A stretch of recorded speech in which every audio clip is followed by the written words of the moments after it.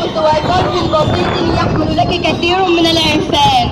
أهديه إليك في يوم خالي نابضا بالصوت مع أحلى الأماني. ولما جيت أكتب عن أمي عجزت قدام القصيدة، ومع قصيدة لما جيت أكتب عن أمي والطالبة علياء.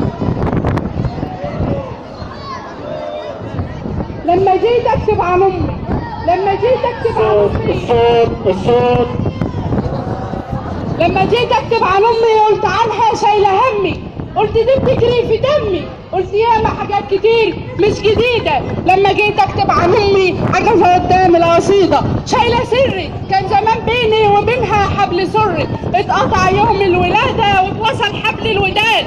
حب ما تحولش عادة من كلام رب العباد، حبها أصلا عبادة. في التعب كانت بتسأل، ده مؤنث ده مذكر، ده بيضحك ده مكسر، ده على الدنيا بسلامة. وقتها ما كنتش بفكر لا طمع للطمع، وقتها ما كنتش بفكر، كنت ببكي وكانت بتحضني بابتسامة. لما جيت أكتب عن أمي عجزة قدام الحروف، قام الألف زعق وين قال لي ما تفهم يا ولد، ده أنا مش ملك باسم من لا شريك له، وأول الأم الألف وأول الاسم الألف، ودي بالصدف ربك بيخلق من العدم، ربك بيخلق من العدم خلق الألم. وهنا على وهن شالتني لحد ما بلغت الحلم، ويا ما بتدلع عليها ويا ما بتدلع عليه، يا ما حطتني بجناحها ويا ما دمعت في عينيه، ومن ايدي تاتا ورجلي داست على البلاطه وداس عليها عجل زماننا، وكانت بتحضني ببساطه.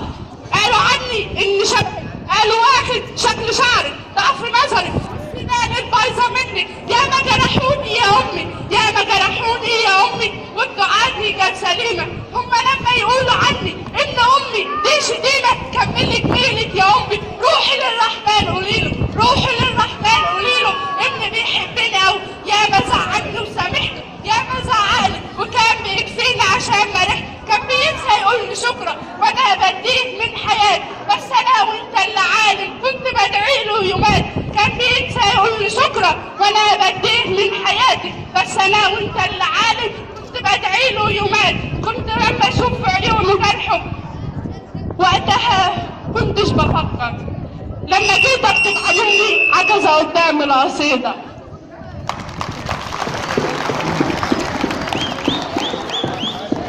والآن مع استعراض فكاهي آخر والمذيعة مصر.